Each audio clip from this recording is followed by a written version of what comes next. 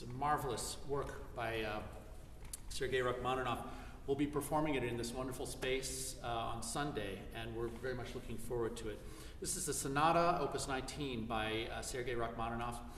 It's the last and the greatest of his compositions in chamber music. We all know that he didn't write very many of them, but this is a large formal work, and it's one that we've been championing for many years. Rachmaninoff wrote this piece close on the heels of the second piano concerto, which was a critical success.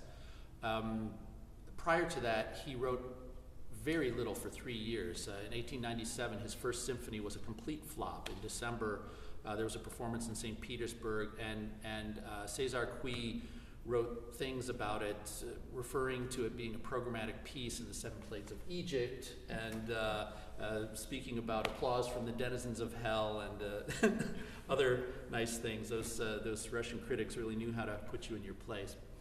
Anyway, this piece I like to think of as a kind of a story of that period of time where he triumphed over the adversity of being utterly destroyed by the disaster that was his first symphony. I mean, I think it's a wonderful piece, but critically at the time, they took advantage of I think a weak performance perhaps, and he needed a psychiatrist. Well, then they called them hypnotists, but he needed help to convince him to compose again. And then when he had this marvelous triumph of the second concerto, which is his most enduringly popular work to this day. And in fact, you can hear a lot of sections from the concerto, very close resemblances. Yeah. In this sonata. So you hear him searching for something, and I would say that at the beginning, and I would say that this is a representative of that time of uncertainty. And then there was a period of time where he had to persevere, and there's a risoluto quality to some of these theme groups in here that, let's just give them a little demonstration. This is a con moto from the first movement.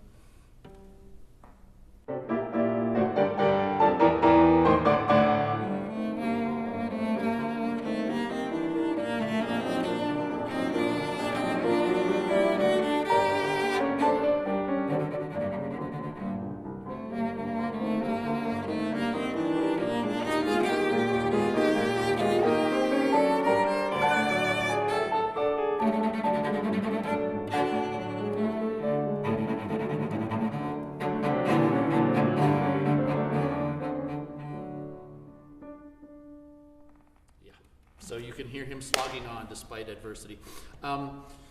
This piece, the first time I heard it was actually in town here, and it was my teacher-to-be from the Juilliard School came and did a performance in Lutkin Hall.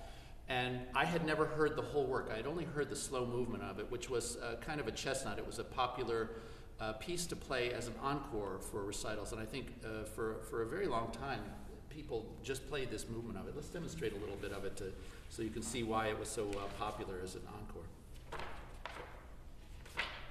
Many pages in the piano.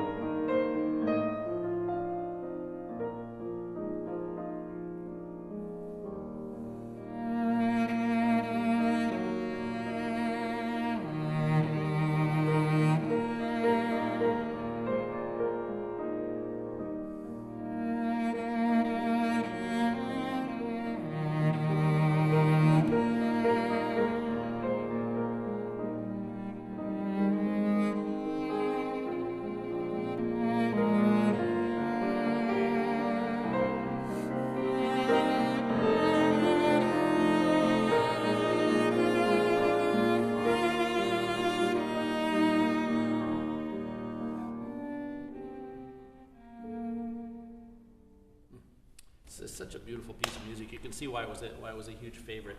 My teacher eventually, we were able to study this piece with him. We found out that he had actually played it for Rachmaninoff at the Bohemian Club in New York in the early part of the 20th century. And we found this out during coachings because of all the things that we weren't doing right.